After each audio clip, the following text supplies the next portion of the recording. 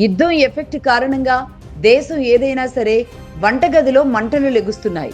అయితే ఇవి గ్యాస్ మంటలు కాదు, ధరల మంటలు. ఇజ్రాయిల్, అమెరికా, ఇరాన్ పై యుద్ధం కారణంగా అది కాస్త గల్ఫ్ దేశాలకు పాకడంతో ధరల రూపంలో పూర్తిగా భారత్ మీద కూడా గ్యాస్ ధరల రేటు పేలిపోయేలాగా పడుతుంది.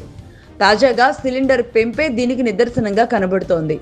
భారత్తో పాటుగా అటు జపాన్లో కూడా ఇదే పరిస్థితి కనబడుతుంది. యూరప్ దేశాలకు కూడా ఇది పాకింది. ఖతార్ ఉత్పత్తి కేంద్రం నుంచి లిక్విఫైడ్ న్యాచురల్ గ్యాస్ ఎల్ఎన్జీ, అలాగే దాని అనుబంధ ప్రోడక్ట్లు ఏవైతే ఉంటాయో వాటన్నింటికి సంబంధించి ఇదే పరిస్థితి నెలకొని ఉంది. భారత్తో పాటుగా జపాన్, చైనా లాంటి ఆసియన్ కంట్రీస్ కూడా ఇలాంటి పరిస్థితులను ఎదుర్కొంటున్నాయి. ఈ వార్ నేపథ్యంలోనే ప్రొడక్టివిటీని నిలిపివేస్తున్నామని ఇటీవల ఖతార్ కూడా ప్రకటించింది. దీంతో ఇప్పటికే యూరప్, ఆసియాలో గ్యాస్ ధరలు భారీగానే పెరుగుతున్నట్టు కనబడుతోంది.